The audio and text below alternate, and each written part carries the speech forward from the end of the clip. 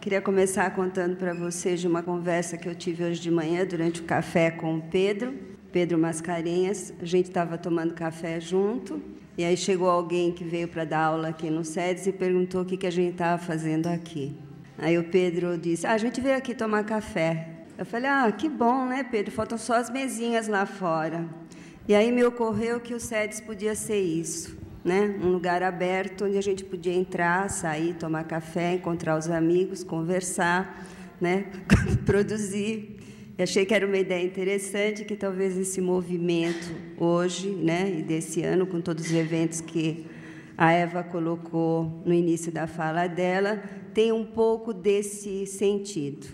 A outra coisa que eu pensei é que o SEDES podia ser, além de um lugar de saber, que a gente também possa ter isso que está presente no nosso almoço, um gosto pelo sabor.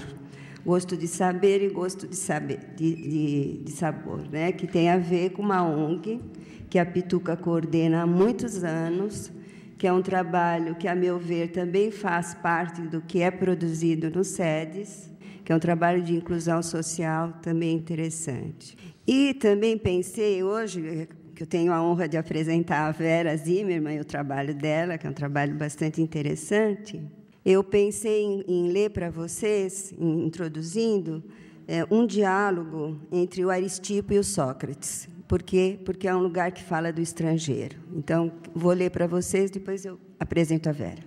E dentre os gregos, tu que és um deles, quais te parecem levar a vida mais agradável? Os que mandam ou os que obedecem?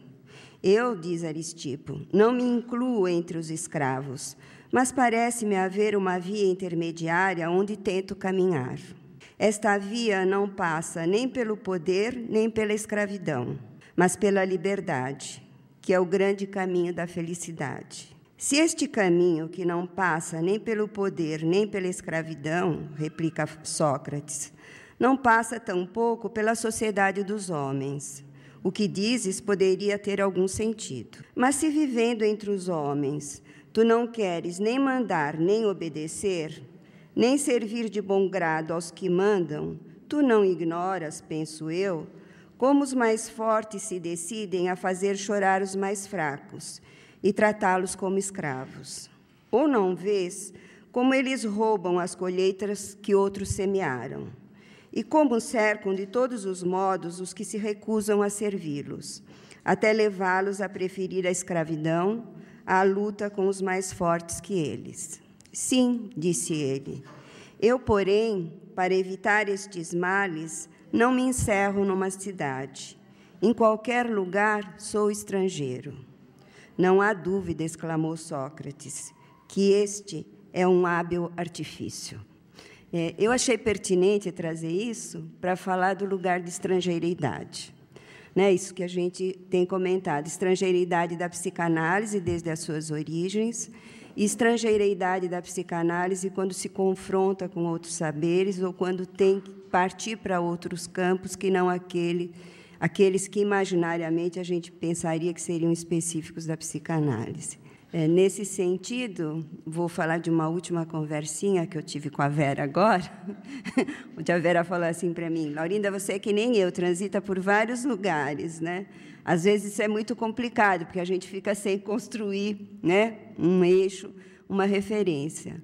Isto, de alguma forma, eu acho que chama a atenção para todas essas possibilidades que têm a ver com uma ideia de esfacelamento, né, ou de dispersão, ou de descontinuidade, né, que a gente conversou aqui desde quinta-feira, mas também remete a um conceito que o Winnicott desenvolve, que eu acho muito interessante, e aí eu já começo a apresentar a Vera, que é a ideia da não integração e da integração.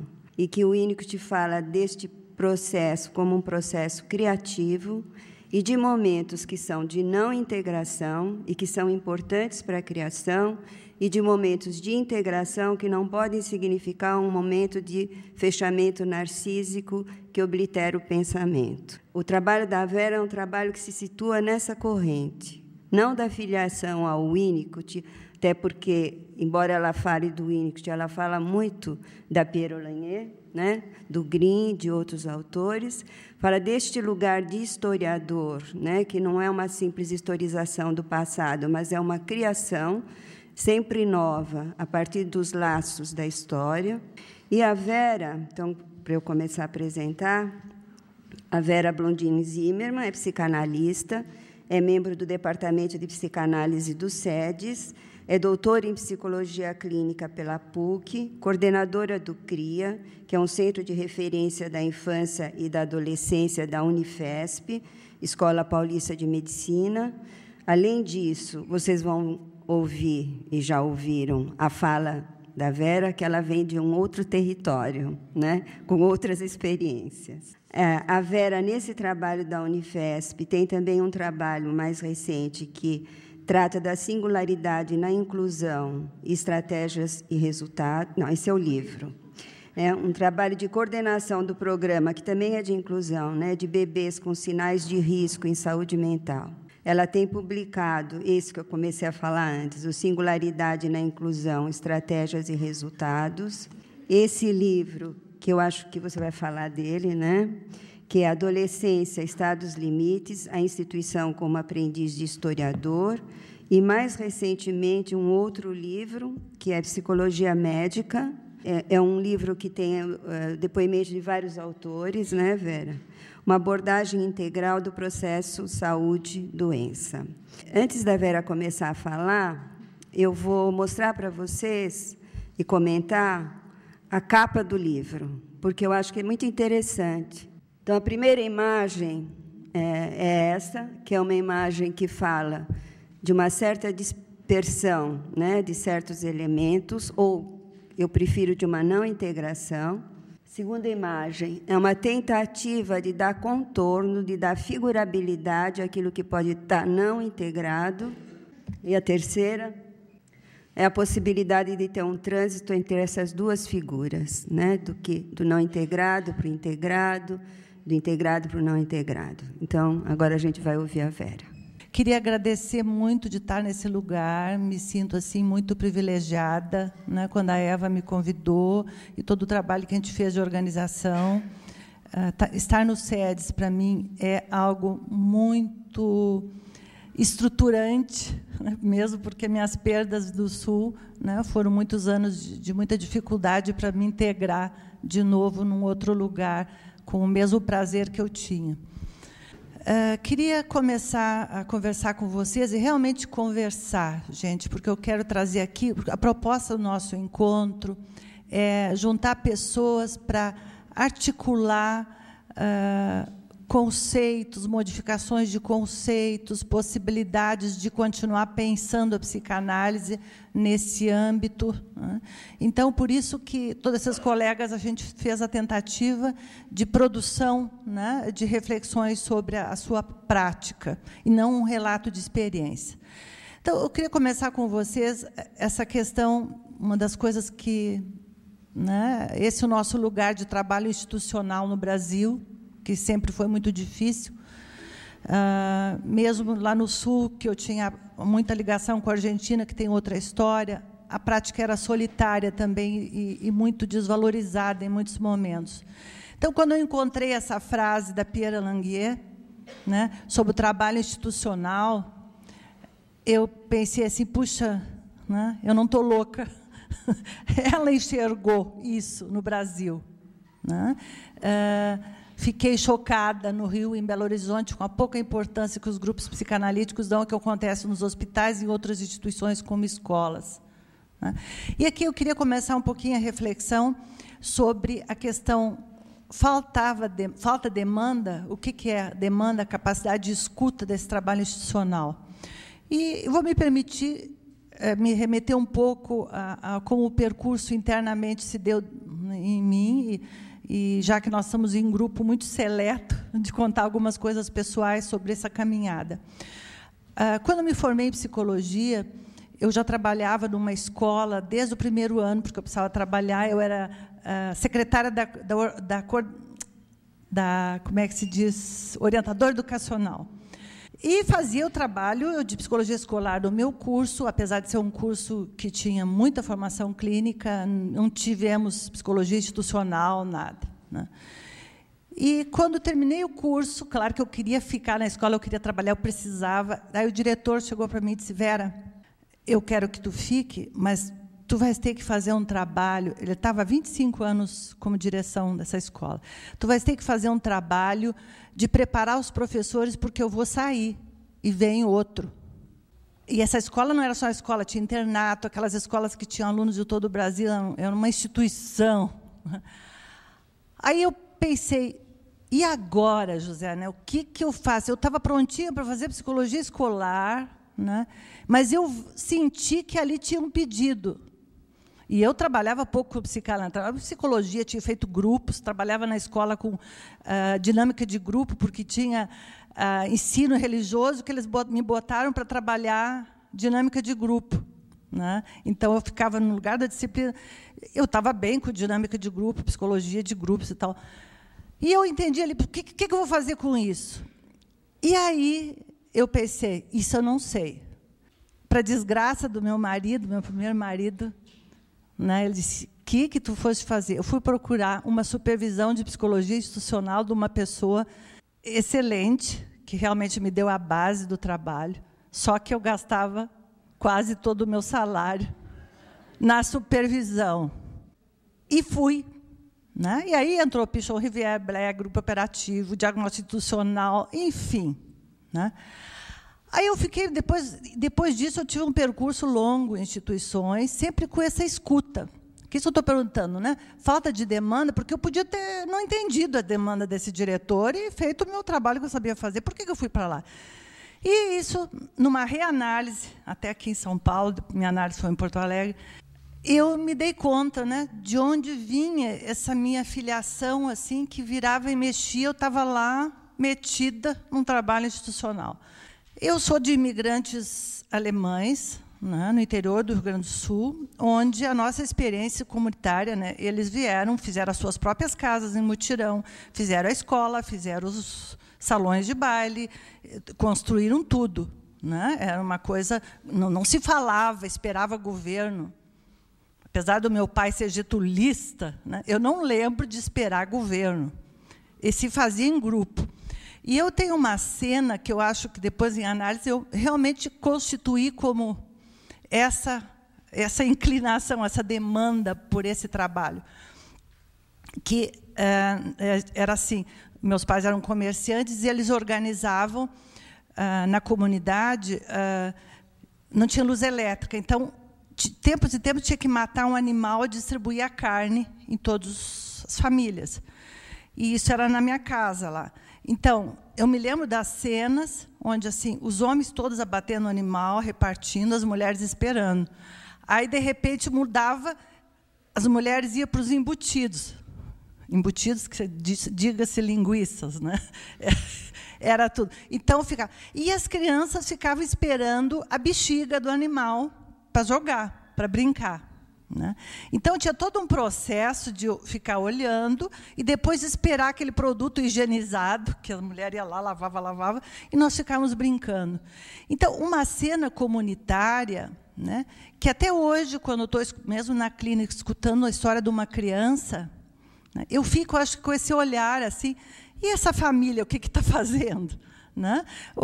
Então, eu acho que foi isso, assim, quando eu disse: Vera, tu vai ter que cuidar disso aqui.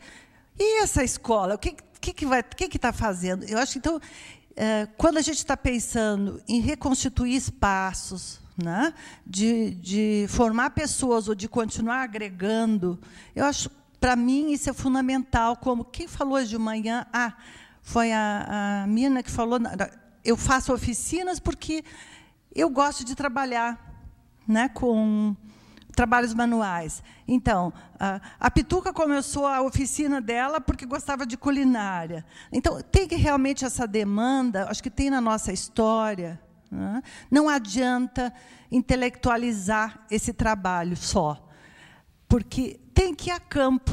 A pessoa tem que ter disponibilidade de pegar um metrô e trabalhar lá não sei aonde, e não tem conversa.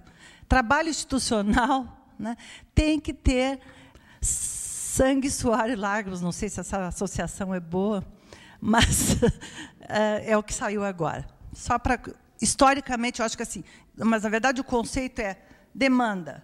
Demanda de quê? Será que não tem muito trabalho porque não escutam? Como é que é? Acho que isso que eu queria... Vamos... Bom, hoje eu queria sintetizar para vocês, como a Laurinda falou, mas assim, é um trabalho, para mim, foi o mais importante, um trabalho que eu fiz de ajudar a constituir uma instituição para abrigar, digamos, trabalhar com crianças e adolescentes que não aderiam aos trabalhos clínicos e que transitavam por vários profissionais. Essa foi a demanda de uma investigação básica. O que fazer com esses sujeitos, né, que não tinham outras possibilidades? Pelo menos hoje a gente vê adolescentes graves, enfim, né, precisa dessas instituições. Eu sempre fui convocada por muitos anos a pensar, e depois, quando eu cheguei em São Paulo, por coincidência, eu me encontrei com uma pessoa que estava organizando uma escola assim, ela pediu para ajudar, e aí, realmente, eu me debrucei por alguns anos, profundamente, desesperadamente, para dar conta de sustentar um trabalho psicanalítico dessa maneira, né, e que concluí depois com o doutorado e com esse livro. Voltando à questão, né, da sustentação, né, no Freud, pensando em adolescentes graves, pensando em sujeitos, né, que não conseguem se aderir a um trabalho individual, do setting individual, né.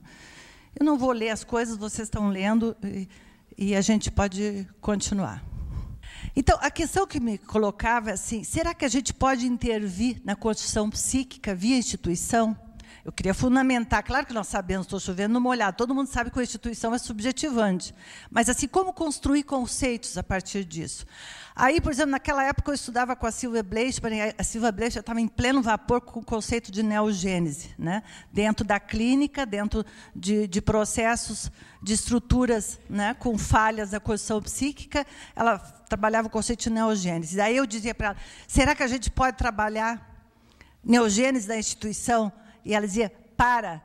Daí ela dizia, vai ler Castoriadis. Ela me dava uns breques e continuava no pensamento dela, mas assim, ali também me instigava muito. É possível na instituição? E qual é a importância do registro sociocultural na construção do psiquismo? Aí, realmente, no trabalho da Piera, eu encontrei fundamentação por N motivos que vocês vão entender durante o percurso. A Piera foi uma pós-freudiana, trabalhou com psicose.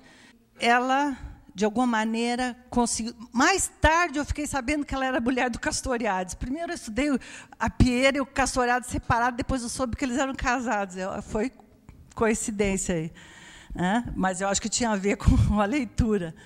Mas conceitos que eu resgatei dela, que, para mim, foram fundamentais, né? O investimento dos pais da criança, antes e após o nascimento, é necessário, mas não é suficiente. A criança também precisa do investimento do grupo social. E o conceito de contrato narcisista é fundamental, né? É necessário que o grupo reserve um lugar para a criança e o designe como ocupante legítimo do mesmo. A Piera fala muito em processos sociais psicotizantes, né? Que é possível mesmo num sujeito mais estruturado, numa situação social estressante ou desorganizativa, de ele também, digamos, se organizar de uma forma psicótica. Essa questão do originário, primário e secundário foi fundamental, porque depois eu aproveitei muito isso nas oficinas, a fundamentação das oficinas. Porque a Piera tem, dentro da teorização, ela fala de uma coexistência desses modos para toda a vida, né? Então, em sujeitos não constituídos da neurose, né, a via de acesso do sensorial, né, ela é uma estratégia maravilhosa em termos de oficinas e todos os programas que a gente conhece. Então, aí eu pude fundamentar via isso, né, mas também vamos ver aos poucos. E essa coisa, né, que o sistema psíquico é aberto a significações e ressignificações por toda a vida, isso também era a ideia da Silvia Bleichmann, e que pode ocorrer toda a vida e não só em transferência. né? Então, uma significação ela pode ocorrer em qualquer momento da vida, né? Tem a ver com o conceito de neogênese da Silvia. A questão do eu também, a concepção de eu da Piera, que eu acho que remete à questão das identificações, que eu gosto muito, né? Um eu edificante, uma instância edificante, não um produto passivo ao discurso do outro. Tem a ver com todo esse trabalho de mobilizar uma instituição para ser constituinte.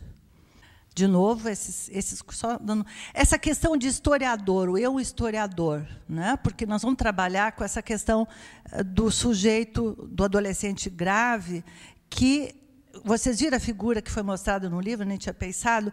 A Piera trabalha a psicopatologia pensando um quebra-cabeças. O psicótico faltaria alguma peça. E o sujeito estado limite, ele tem as peças, mas ele não consegue juntar. Então, é aquele cara que pode ser um excelente músico, mas ele não sente que ele é músico.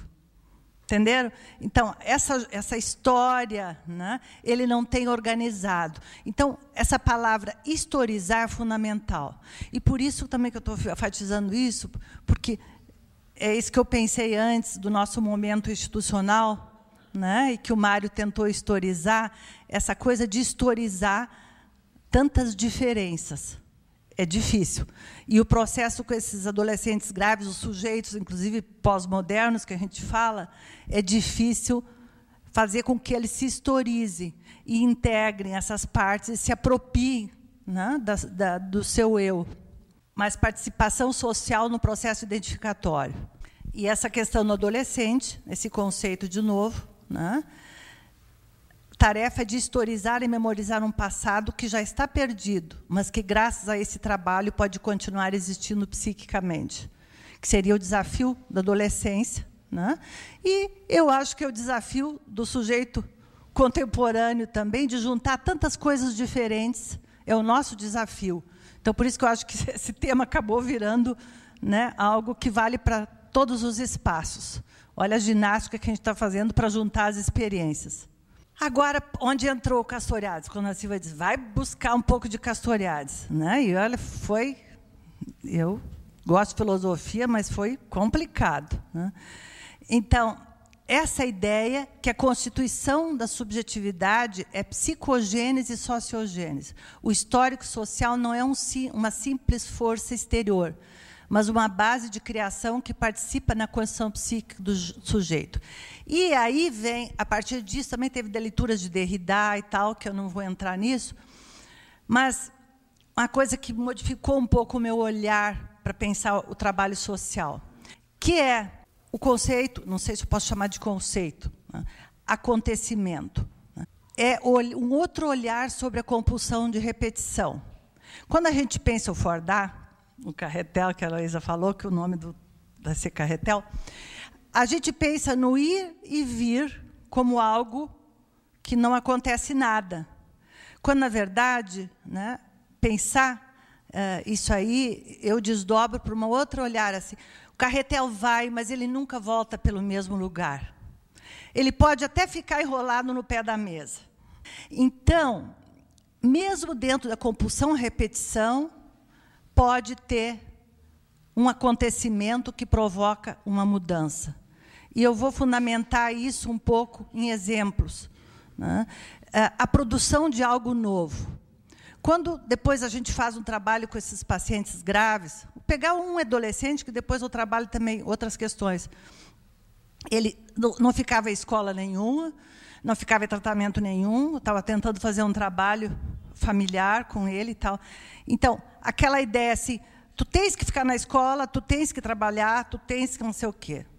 Eu trabalhei outro conceito que não é o ter. Mas, assim, ele foi trabalhar 3 meses, foi trabalhar com o pai. Ficou 3 meses. Não trabalhei a questão, digamos, não fiquei trabalhando com ele esse lugar como uma coisa definitiva. Ficar trabalhando os acontecimentos que circularam em torno desse ir para esse trabalho.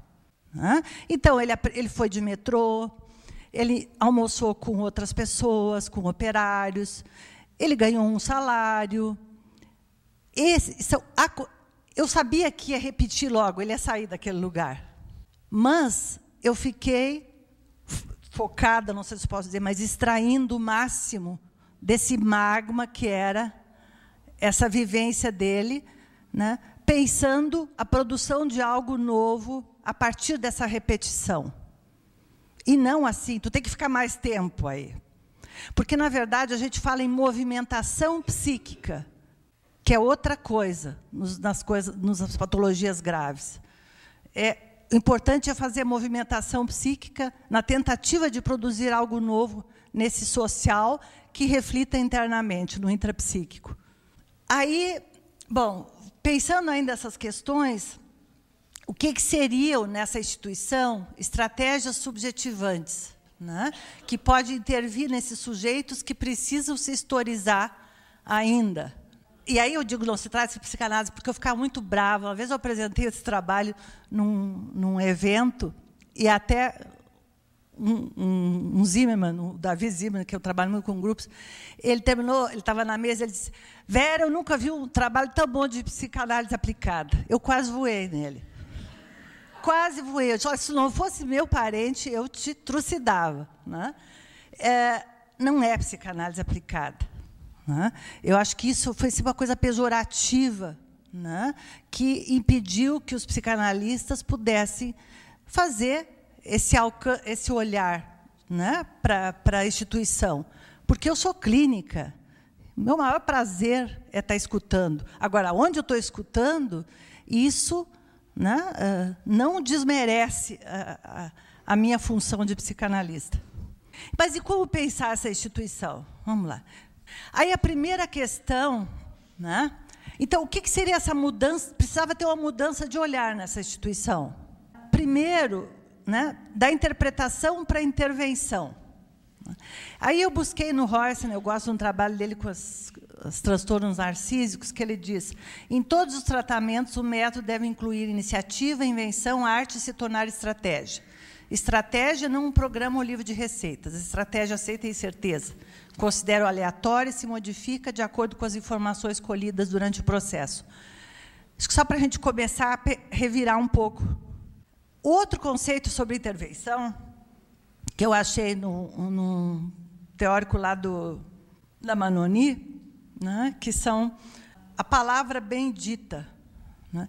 E aí tem N exemplos. A Manoni contava né, que era a Manoni, aquela criança que comia com as mãos e ninguém conseguia fazer nada para ela comer com garfo e faca. Ninguém. Um dia ela sentou do lado de um operário e começou a comer com as mãos, e o operário disse, do meu lado, ninguém come com as mãos. Nunca mais aquela criança comeu com as mãos, pegou o garfo e faca. Na escola essa que eu trabalhei, no caso essa instituição, que não era escola, era algo intermediário, né? Tinha toda uma composição diferente, pedagógica, que não vem nesse trabalho, está nesse livro de singularidades. Tinha um adolescente que infernizava a hora do recreio, que ele chegava lá no barzinho e começava a incomodar as filas. A mulher do barzinho não conseguia organizar nada. Ia a diretora para lá, ia a coordenadora. O recreio virava um inferno, será a mesa, aquela briga. A gente já estava desistindo, todas as tentativas. Daí, de repente, a mulher lá que atendia, ela chegou para ele na hora e disse assim, olhou bem para ele e disse, por causa disso, eu posso perder meu emprego. Santo remédio, a palavra bendita. O que é? Uma intervenção que faz emergir o mínimo de sujeito que tem ali. Né? Produz um efeito subjetivante. Isso que é a riqueza de uma instituição e de pessoas trabalhadas com o mesmo olhar. Os efeitos se multiplicam em palavras que a gente não precisa interpretar, né? Tem um novo olhar. Desde a bibliotecária, do cara do guarda, que cuida do servente, né? Passa a ter uma harmonia nesse olhar e são produzidos efeitos subjetivantes em todos os espaços. Porque a gente não sabe aonde vai emergir um sujeito. Não é com a interpretação. Então, palavras que fazem o sujeito emergir. Outra coisa que eu tirei também na Manoni, que é um trabalho belíssimo, quem conhece sabe isso aí, né?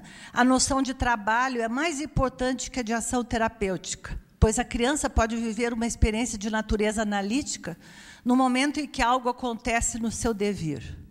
Isso, o trabalho de oficinas, o aspecto constitutivo desse fazer é algo dessa ordem, né? Ela, não diria se é terapêutico, é mais do que terapêutico, ele constrói, é um pouco, se a gente pegar o Winnicott, que foi falado tanto no fundamento pelo Winnicott, mas quando a criança que não está podendo se enunciar, ela faz um traço no jogo do rabisco, é isso que importa, não importa o conteúdo, né? Então, o traço é constituinte. Esse traço, essa noção de trabalho dentro de uma instituição com patologias graves, né, ela é riquíssima por esse sentido, por fazer emergir um sujeito num traço. E a outra questão, que também foi essa mudança de olhar, da doença para a diferença.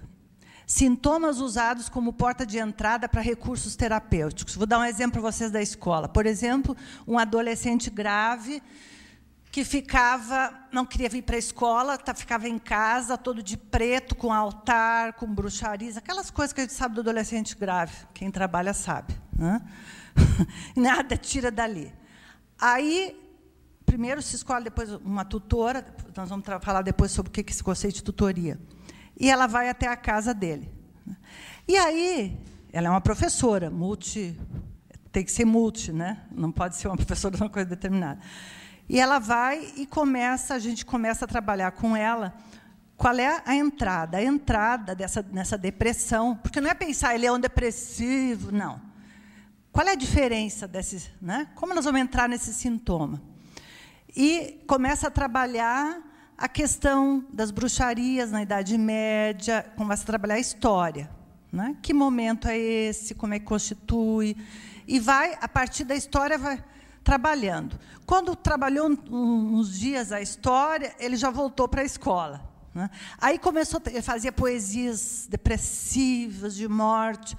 Aí ela começou a trabalhar o romantismo, que tipos de poesia tinha os vários momentos, né, da poesia, e ele se identificou com o romantismo. E daí trabalharam, claro que, enquanto ia trabalhando, ia constituindo um sujeito, podendo ser escutado, né?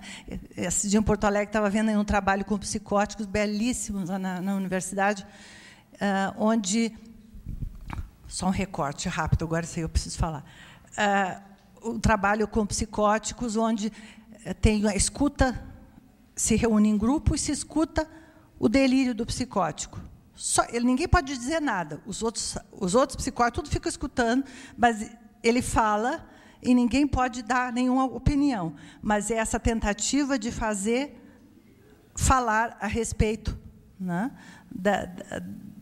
tentar construir minimamente, né, o que está acontecendo.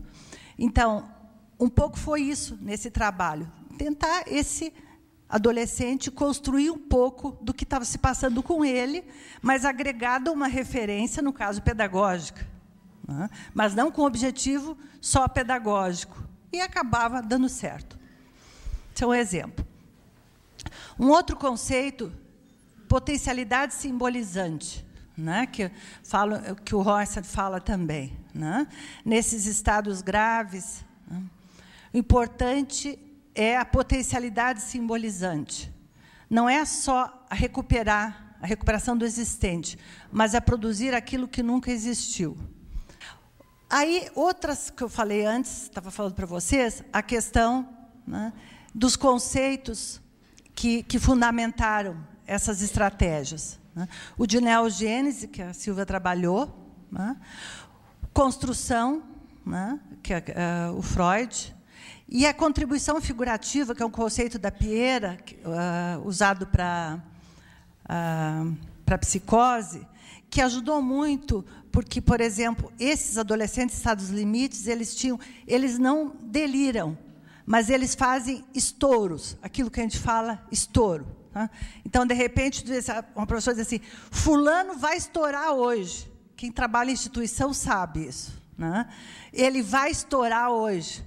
Então, não é que ele não vai delirar nada, ele vai aprontar alguma coisa na conduta. Então, né, eu pensava, o que vamos fazer? E a contribuição figurativa da Piera me ajudou a pensar, né, que é dar uma sustentação para essa angústia, né, em grupo.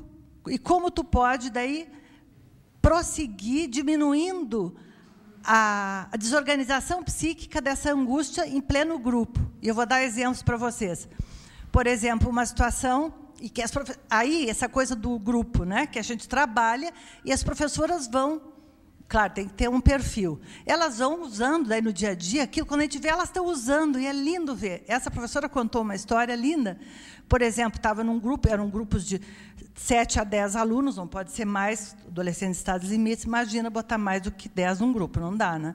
Então, de repente, estava explicando alguma coisa de biologia lá, e entrou sexualidade, e aí, né, o menino diz, o que acontece se alguém morre com um pau duro?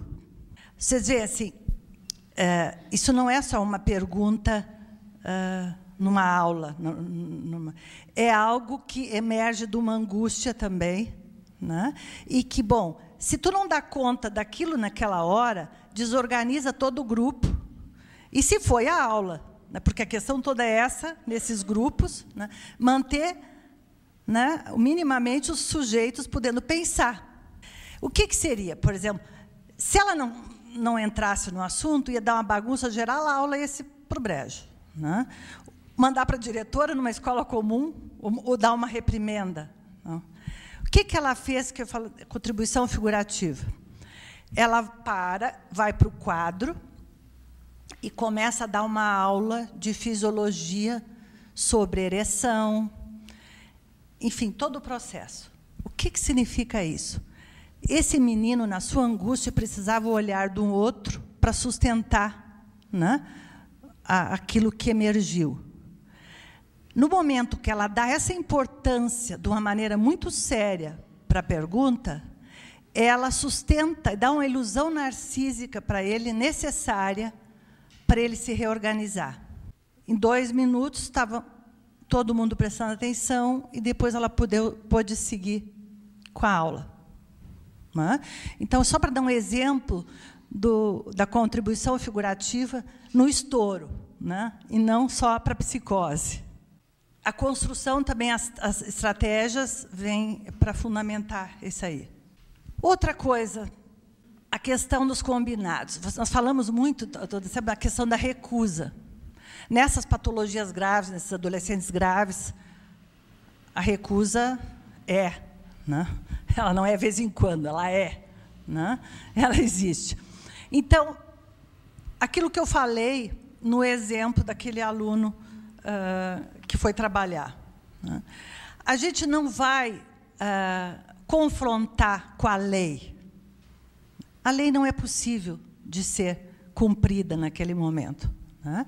A gente vai fazer combinados, que é uma intermediação entre a lei e não lei. É a questão, né, de fazer um trabalho com a recusa de outra maneira, né? Então, é a aposta no acontecimento. O que importa é a possibilidade de movimentação dos dinamismos psíquicos. Essa é a ideia, né?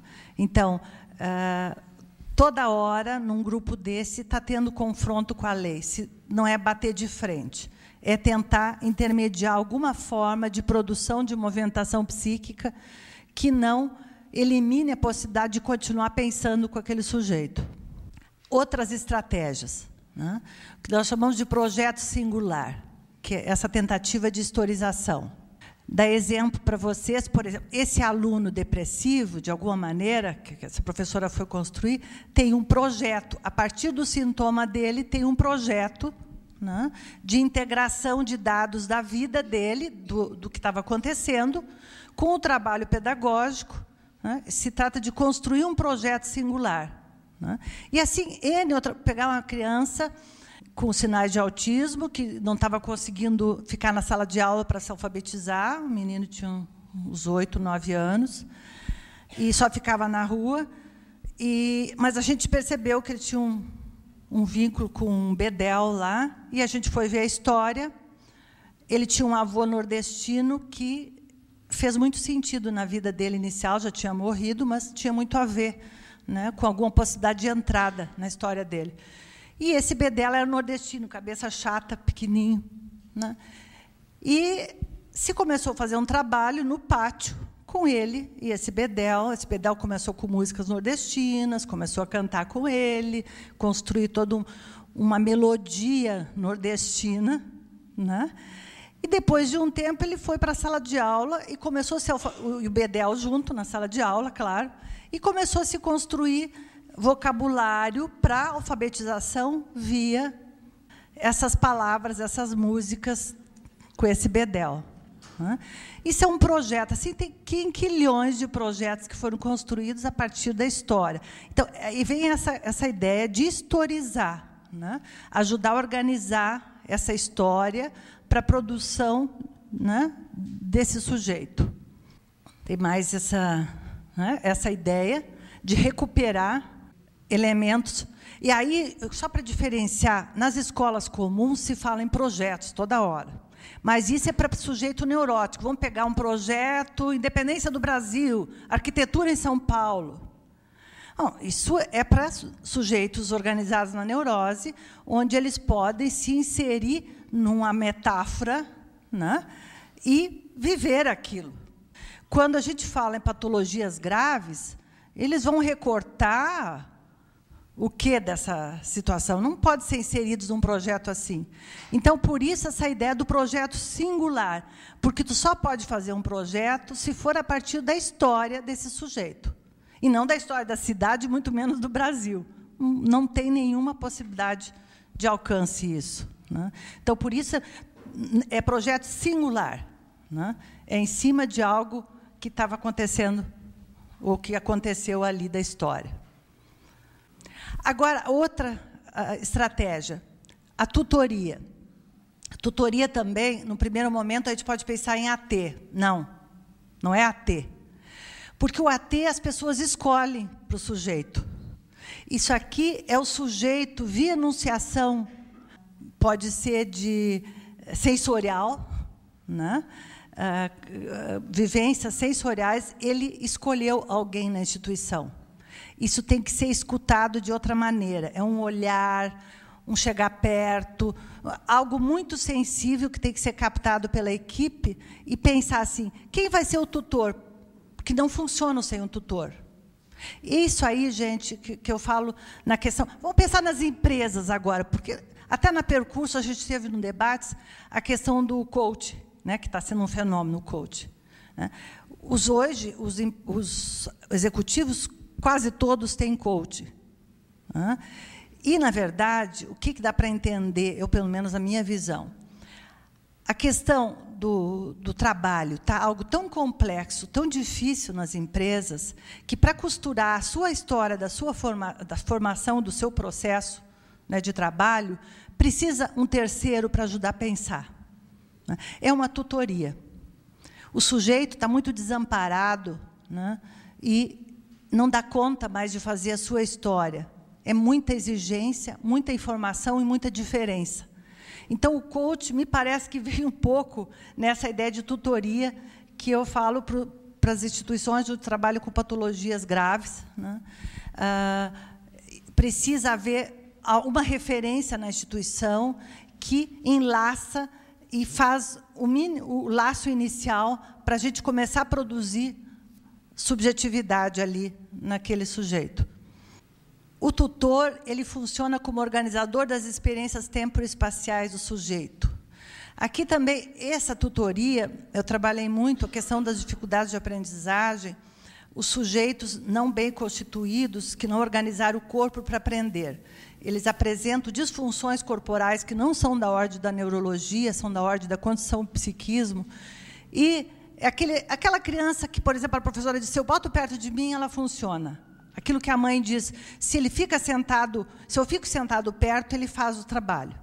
Então, quando ele tem o olhar de um tutor, ele produz. Quando o olhar é retirado, ele se desorganiza de uma forma deficitária, que a gente acha que ele é deficiente, ou ele é TDAH. Né? Então, na verdade, esse olhar organizador da temporalidade é o espelho, né, que precisa. E esses pacientes graves, acho que essa ideia da tutoria, que não é AT, né, é uma tutoria a partir de um indício, né, perceptivo. Só contar mais um exemplo que junta tutoria, projeto singular. Né? Estava falando das drogas, eu me lembrei, hoje de manhã, me lembrei desse exemplo para contar, porque é muito exemplo, mas algumas a gente tem que ter, muitos não dá tempo. Um adolescente que a professora introduziu um autor lá falando sobre drogas, para, de alguma maneira, dinamizar um assunto que eu não me lembro qual era. E aí o menino começou a desancar em cima, porque ele não entende nada, esse cara nem sabe o que é um drogado, aquelas coisas adolescentes, onipotentes, assim, arrasam, acabam. Assim, né? E, então, aquele livro que era para ler virou um cocô do bandido, né? E não tinha como andar. E ele ficou irritadíssimo, queria sair da aula. Aí a professora convida ele para um espaço separado, depois da aula, marca 1 hora, convida esse aluno a falar sobre, então, o que ele acha que é a experiência com drogado, com drogas. E ela começa a escrever o que ele vai falando. Né? Se reuniram umas 3, 4 vezes, e ela escreve. E ele começa a falar, porque é isso, porque é aquilo, porque eu não concordo com aquilo, e faz toda uma história. Depois que termina, ela lê para ele tudo o que ele escreveu. Né? E faz uma produção muito importante com esse sujeito. Né? Dá uma reorganizada para essa escuta. E aí ela até consegue começar a trabalhar a gramática a partir desse texto. E trabalha, depois volta para a sala de aula com esse texto e trabalha a gramática. Né? Então, isso é uma tutoria em algum momento, porque ela pode ser pontual, né? E é um projeto singular também.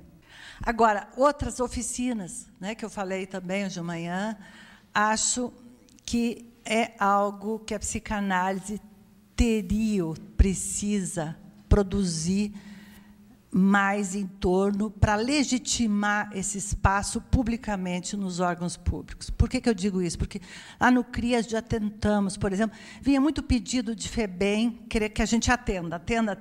A gente reuniu e eu queria mobilizar aquelas profissionais para trabalhar os oficineiros, os instrumentos, dispositivos maravilhosos dos lugares.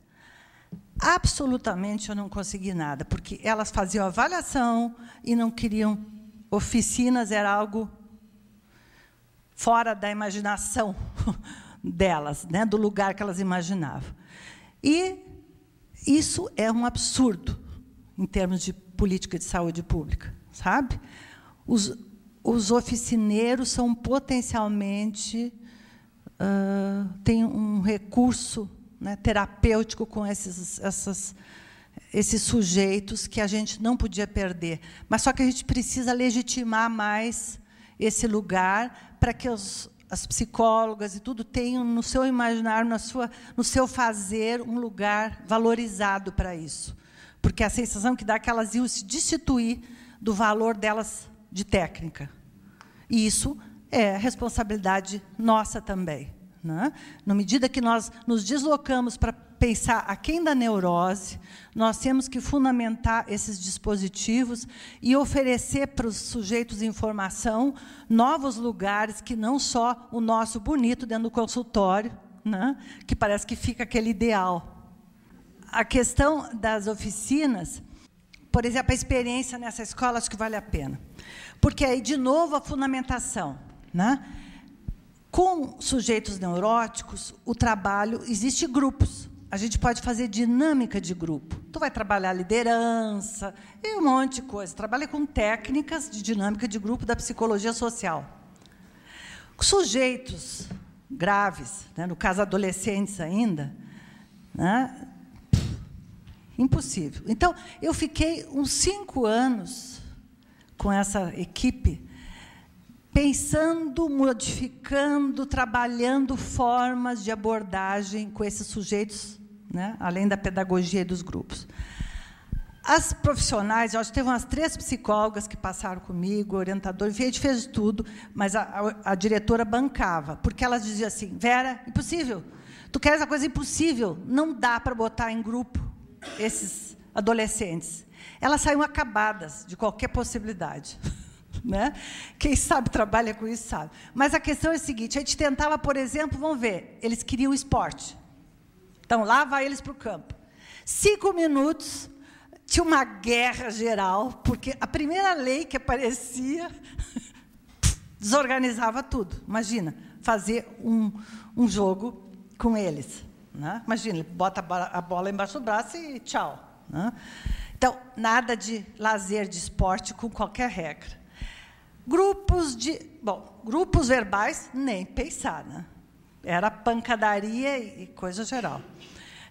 Vamos tentar. Relaxamento. Foi uma piada. Começava a se bulinar, né, um em cima do outro, foi uma coisa. Né? Então, tentamos de tudo. Tentamos, olha... hoje, olhando para trás, eu me divirto, mas era um desespero, porque parecia que eu acreditava numa coisa do outro mundo. Eu dizia, tem que ter algum agrupamento que funcione. E o que funcionou foi a oficina da culinária. Isso eu digo de boca cheia. E hoje eu entendo muitas coisas, porque eu pude, com a Pieira, fundamentar. Né? No originário, né, a sensação, né, do outro, no caso, né, da função materna, a relação corpo e psiquismo na Pieira, é belíssimo o conceito dela, né? Uma coisa só, e tu vive as sensações corporais, tanto que a gente tem popular, né? Levei uma mijada, vai tomar naquele lugar, quer dizer, as expressões, vou te comer, são todas coisas do corpo, são conceitos que foram vividos com o corpo, né? E que tu trabalha isso durante toda a tua vida, só tu não fala, né? Mas é algo do corporal, né? E nas patologias graves aquilo vem muito mais fácil. Então, esse alimento, né, que entra e apazigua. Né? Então, o que acontecia? Esses adolescentes botavam na cozinha, eu me lembro da profissional, uma colega, que ficava coordenando esses grupos. Ela me relatava, e no meu livro até tem um relato de singularidades, tem um relato desse grupo. Ela entrava, eles estavam jogando alimento um no outro. Tinha que entrar e te proteger os alimentos em cima da mesa, porque eles bichos, atiram um no outro, abre a janela, já começa a jogar lá na rua, no vizinho, a maçã. Né? Se eu conto isso para quem não tem experiência, acha que está louca. Né? Mas é assim. Começavam enlouquecidos, à medida que ia fazendo, ou fazendo um sanduíche ou alguma coisa, e começando a botar na mesa, arrumar a mesa, começar a comer, transformação absoluta. Terminava a oficina, estavam todos os adolescentes em volta da mesa, falando de questões da adolescência, de uma forma, num processo secundário. Aquilo que começa no originário, que a gente pode dizer que é pictograma, né, não tem nenhuma atribuição de sentido, é um ato de escoamento, né? Mas o preenchimento do alimento dá uma sensação de existir, e que organiza o psiquismo. Daí eu começo a pensar hoje, por exemplo, por que os executivos todos fazem café da manhã, negócios? Eu li ainda agora na Vejinha, a última, executivos, esses ricos, comprando barcos maravilhosos e fazer lá refeições maravilhosas em alto mar para fazer grandes negócios. É Pieira pura isso aí. Isso aí é organização do originário para poder ter produção do secundário. Né? Porque, né, o alimento produz uma diminuição de angústia e possibilita que o sujeito, no processo secundário, emerja, né, para começar a pensar. Essa é a minha experiência, uma das experiências com a oficina. E não sei se vai valer para todos, mas assim, isso é o que eu posso dizer do que eu vi. Quando chegamos na culinária, eu encerrei minha parte de teorização Eu digo, chega, né? Eu estou satisfeita, porque foram 5 anos de sofrimento e de briga e que nada funcionava. E isso funcionou, né? Pelo menos naquela experiência. Oficina, então, é brincando e produzindo, né, a comunicação compartilhada. A instituição, né, eu gosto do conceito de brincar, do Winnicott. Experimentar brincando, fazer que se reconstitui permanentemente. Isso eu acho que tem que estar, a instituição tem que estar atravessada por esse conceito. Que é experimentar, que tem a ver com a psicanálise, né? A gente investigar brincando, experimentando. Acho que a instituição subjetivante, ela é um corpo materno. Eu gosto, o Ricardo Rodolfo, ele sempre fala numa coisa de que função materna é dar o seu corpo para o bebê tirar pedaços, para a criança tirar pedaços para se constituir. Eu acho linda essa metáfora, né? Porque nos estados limites a gente deixa assim mesmo. E a instituição, ela tem que oferecer, ela tem que se deixar morder e comer, né, para esse sujeito preencher buracos vazios identificatórios. Então, qual é o lugar do psicanalista? Eu estava quase esquecendo essa última parte, 5 minutos, não sei porquê, né? Então, o elemento unificador, né, para fazer transitar as falas.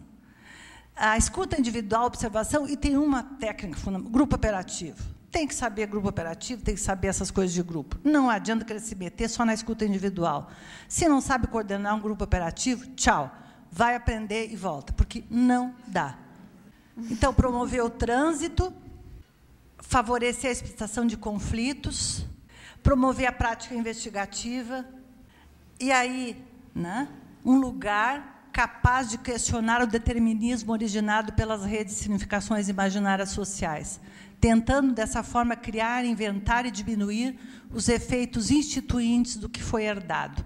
Isso remete àquele início do Castoriadis, né?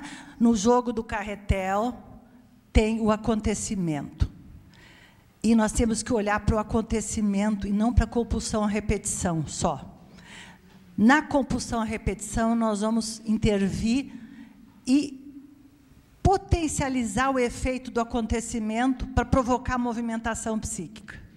Tudo que podemos dizer será inaudível se não houvermos primeiro um chamado a uma crítica que não seja ceticismo, a uma abertura que não acabe no ecletismo, a uma lucidez que não paralise a atividade, mas também que não se transforme em ativismo. Há um reconhecimento dos outros capaz de continuar a produzir vigilância. A verdade que estará em jogo, desta forma, não é possessividade, nem repouso do espírito junto a si mesmo, mas movimento dos homens num espaço livre, a partir do qual tentaremos organizar alguns pontos cardeais. Não é bonito esse Castoriadis? É bonito, né? Gente, tá muitas coisas que eu esqueci, mas foi um prazer.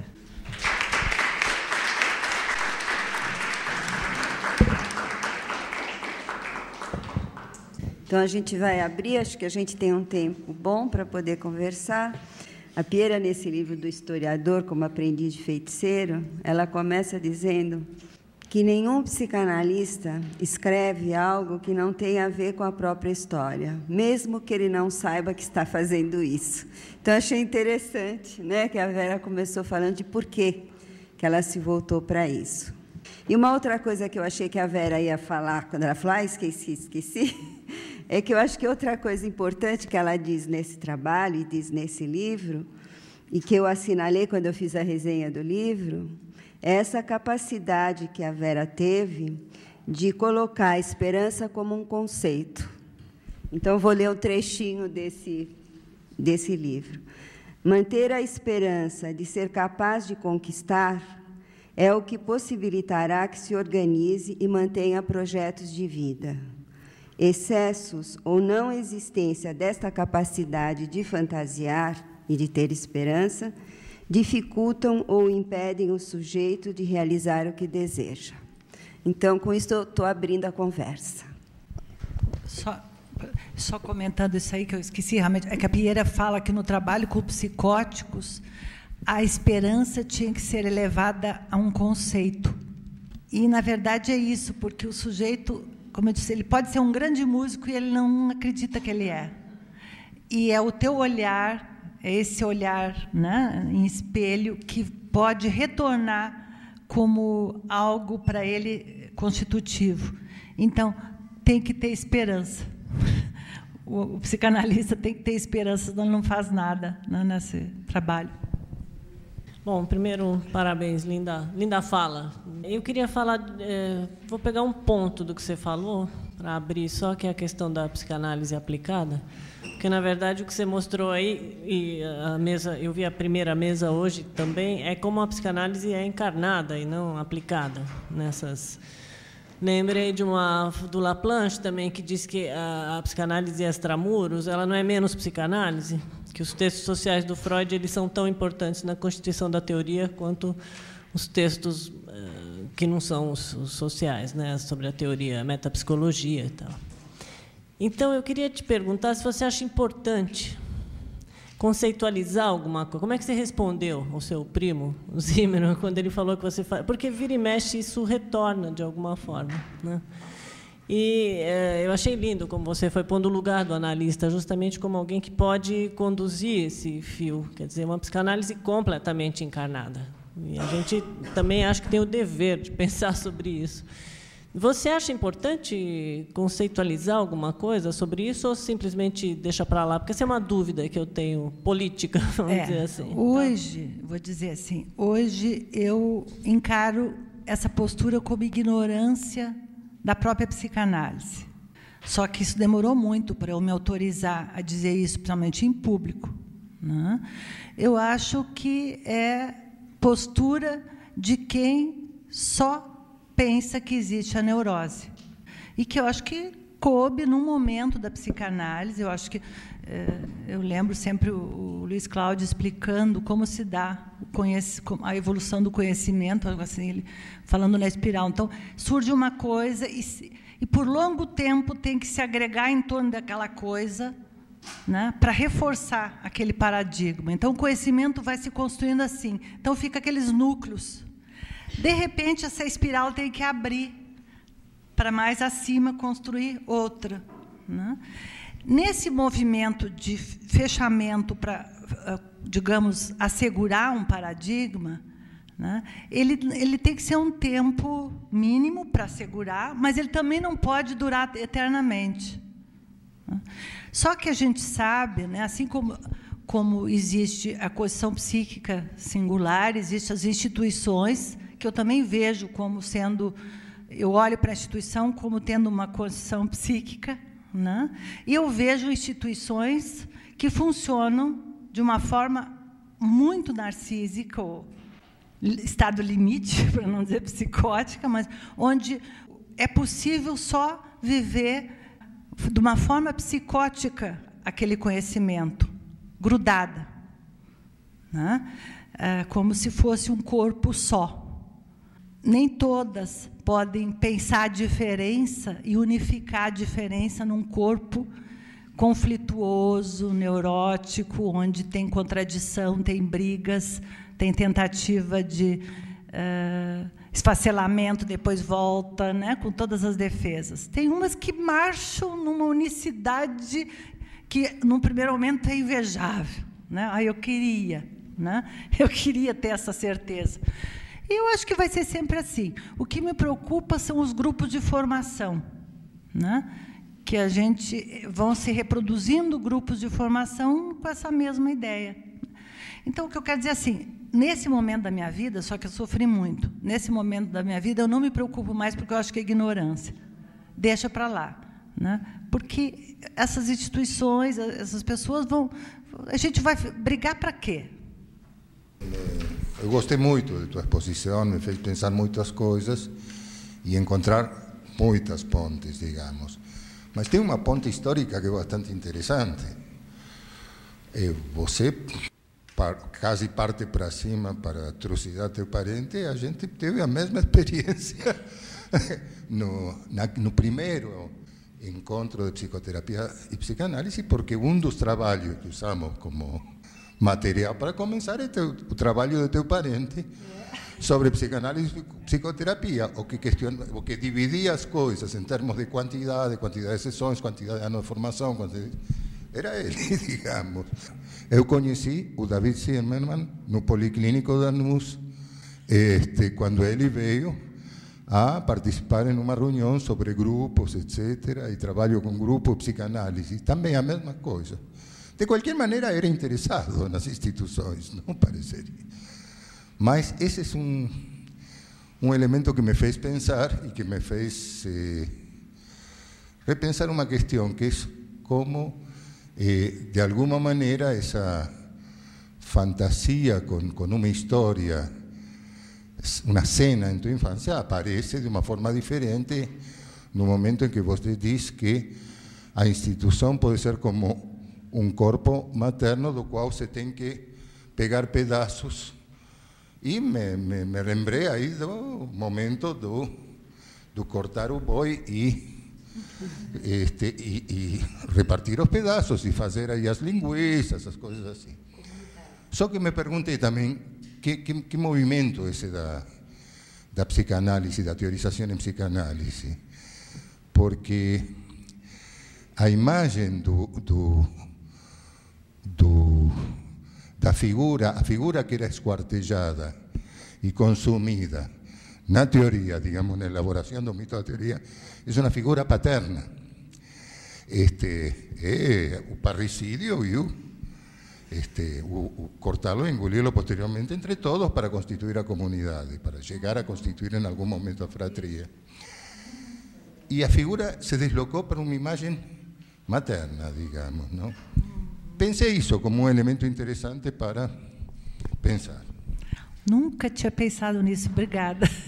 Eu só pude fazer, né, teria que realmente voltar, obrigada, mas, na verdade, o paterno e o materno e essa unidade, né, na condição psíquica, eu acho que volta também nessa cena, né, porque era um casal, né, que promovia isso, né, eu acho que o movimento de identificação e o resultado esse comunitário nessa cena, né, que eu acho que esse olhar para, não sei como a gente poderia chamar, potencializar um grupo, sair do corpo materno, né, e do pai, do familiar, e para o social, né?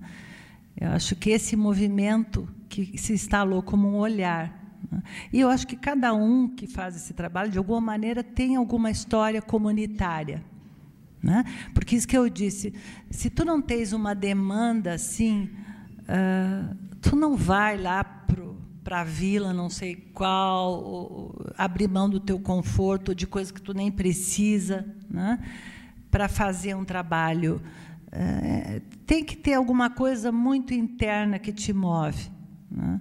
E eu acho que, se a gente pensa em formação de pessoas, realmente tem que ser pela demanda. Assim como eu não acredito, essa escola que eu fiz junto, esse modelo, eu não acho que a gente pode multiplicar isso para uma escola pública que o diretor é escolhido, né, por alguém que não tem demanda, ou enfim. É muito difícil tu estabelecer a demanda. Pelo menos eu fico com essa questão. Acho que a demanda é uma questão fundamental, mas não sei qual é a experiência de vocês. Te parabenizo pela exposição, realmente muito interessante, tanto quanto é o teu trabalho no livro, né? Pensei umas poucas coisas. Uma é a questão da esperança, né?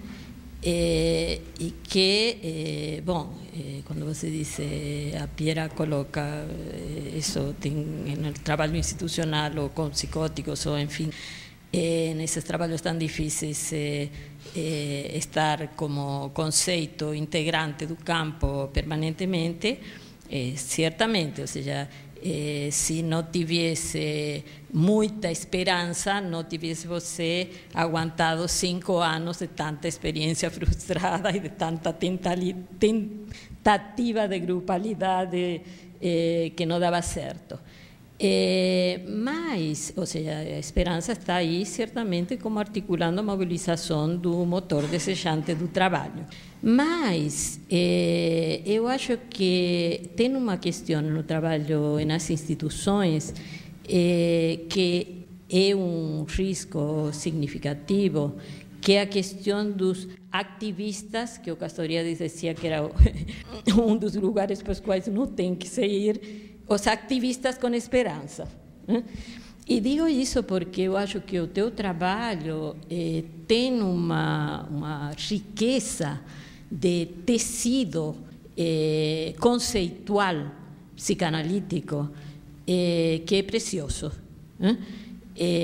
Porque eu acho que a questão da psicanálise aplicada tem a ver talvez com essa coisa dessa radicalidade que se faz entre a produção teórica e a clínica institucional, como se uma fosse totalmente empirista e a outra fosse a produção teórica que surge de algum outro lugar muito sublimado. E, bom, eu acho que nesse sentido, todo o teu trabalho, e acho que nesse sentido essa jornada mesmo, como um lugar para instaurar um pensamento clínico, um tecimento conceitual psicanalítico nesses trabalhos que são tão difíceis, que são os trabalhos institucionais. E para ver, e isso no teu livro se vê com muita clareza, digamos, essa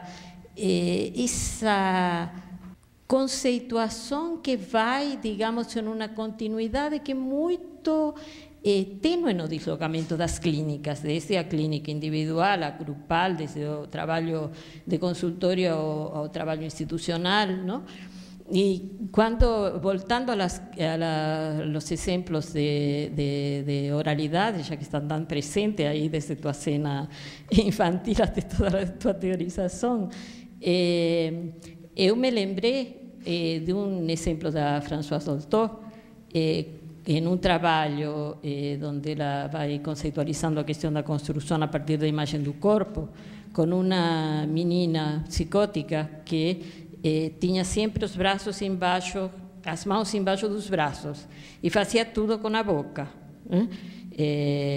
Comia com a boca, só, sem as mãos, mas brincava, e ela vai lhe jogar uma bolinha para segurar, e ela lhe disse: pega com a sua mão de boca. E a menina estica o braço e pega a bola. E, bom, ela, enfim, onde ela faz toda uma teorização com relação a isso, como a construção só pode partir do lugar em que a criança está, que era absolutamente a primazia da oralidade. Se ela tivesse dito, pega a bola com a mão, a criança não teria pego. E vi isso em todos os teus exemplos clínicos, ou seja, como essa questão que o que se constrói, em última instância, se pegar a pulsão e el deslocá-la, el sublimá-la, el fazer-la laço social, mas, enfim, isso que é o fundamento do trabalho analítico e que está em todos os trabalhos analíticos, digamos, não? Ou seja, que essa... e que está aí em todos os exemplos com muita clareza, né? Obrigado por toda... Obrigada, Silvia, pelas palavras. Então, muito bem, é muito bom ouvir um discurso tão encarnado como você trouxe, assim. Não é só pelo porco que foi fatiado, encarnado, não é? Mas, assim, esta apropriação de transformar o trabalho num objeto próprio, não é? Assim, de poder encontrar-se no trabalho. Essa ideia de que o trabalho pode ser não só um castigo, mas pode ser esse lugar de ultrapassagem também da experiência. E duas coisas gostaria de pontuar. A primeira é como você forçou a Pierre Olanier, o motor do carrinho da Pierre Olanier, e ela responde muito bem. E isso eu acho uma característica de um psicanalista comprometido com a psicanálise, instituição, de poder usar a psicanálise forçando nas bordas e nos limites. Me dá a impressão que nós fomos dominados durante muitas décadas por uma psicanálise umbilical, voltada sobre o próprio umbigo. Mas conforme a gente vai usando a teoria e vai destrinchando o bicho, o que vai aparecendo é muita carne nessa constituição que se faz no encontro com a cultura, com o mundo. Assim, a maravilha do método que você contou para a gente um pouco, e não falava só da educação, falava do encontro com a cultura como sendo uma possibilidade de contorno para o excesso, para a demasia, né? E isto na clínica institucional, ou na clínica que se pratica em instituição, talvez seja um dos grandes desafios, né? Talvez seja um dos indicadores de remeter uma pessoa a uma instituição, é a necessidade de um coletivo para dar conta de uma situação, né? Não só por representação, mas por instituição. Então, uma coisa seria esta de poder pensar uma psicanálise que vai se abrindo e que a gente vai experimentando de uma forma a rebatê-la na realidade como responde bem. E, pontuando isto, a forma forte com que você pontuou, se você quiser vir e não tem nenhum conhecimento de grupo, volte, vai estudar grupo e retorna. Como que aí também coloca a descoberta alguma coisa que há especificidades no trabalho institucional e há articulações necessárias a ser feitas. Não é só uma questão de ultrapassar os muros, também exige muito trabalho de constituição de conceitos, de articuladores, de intermediários para poder operar. Então, gostaria de te ouvir um pouco a respeito disso, né, e como você pensa a teoria de grupos ocupando este lugar na articulação desse programa. Muito obrigado. Né? Obrigada, Moisés. Tuas palavras me fazem bem, porque são importantes, vindo de ti, assim, também. Eu acho que tu está falando um pouco, né, do que é a formação, né, porque não basta ter o olhar, tem que ter estofo, que a gente diz, né, tem que ter um estofo técnico, que não é só a escuta individual. Eu falei em grupo operativo, que eu acho que é a coisa mais importante, coordenar grupo operativo em instituição, tem toda uma técnica e a gente leva anos, que é sofrido, né, um grupo operativo. A minha trajetória, como eu disse assim, voltando àquela escola, eu, desde o primeiro ano de psicologia, eles me jogaram, eu precisava trabalhar, e o que apareceu ali eu fiz, né? Além de preencher fichas para orientador educacional, eu estava jogada nessas aulas de ensino religioso, que não era aula de ensino religioso, e que eu, desesperadamente, fiz todas as espécies de grupo, eu pegava textos, eu pegava poesias, e eram crianças de 12, 13 anos, eu chorava, antes e depois, porque manter um grupo de crianças nessa faixa etária sem nenhuma dinâmica, eu fui construindo. Mas eu fiz, naquela época, além da psicologia institucional, tudo, eu fiz grupo de estudo de grupos com pessoas da psicologia social. Eu fiz técnicas de dinâmica de grupo, já tinha no curso, porque era uma demanda carnal, né? Se eu não fizesse aquilo, eu era tragada, né? Então, eu aprendi muito também a manejar grupo.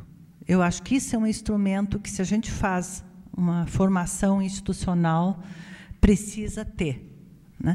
E aí não é só da psicanálise, a gente vai pelo Pichon-Rivière, para todos esses autores novos, tem psicologia social, tem teorias da psicologia social em relação a grupos que são super importantes conhecer. Assim, por exemplo, como eu vejo agora nos residentes em psiquiatria, que eu trabalho e dou aula, assim como eu coloco também noções de família.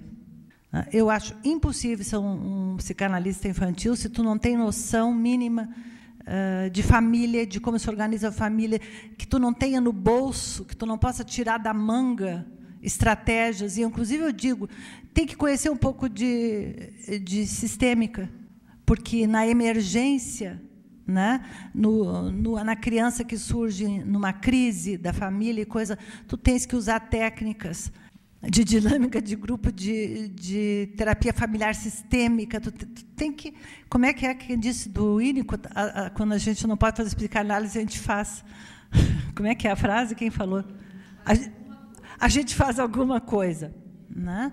Então, assim como acho que a formação de grupo, né? Assim como para trabalhar com crianças precisa alguma coisa de família. E eu vou mais além, que quando eu falo informação para eles, eu dou textos, por exemplo, para os residentes. Agora eu dei, junto com toda a biografia, eu dei o livro do Free Economics. Né? Quem conhece o livro do Free Economics, que é a leitura sobre a estatística, né? Como é que tu olha para uma estatística.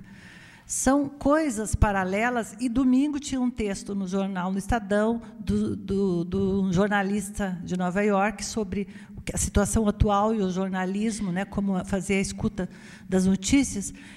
No seminário de quarta-feira, eu tirei da agenda e dei para eles o artigo, que é um pouco essa circulação de espaços e construção de outros instrumentos para dar conta.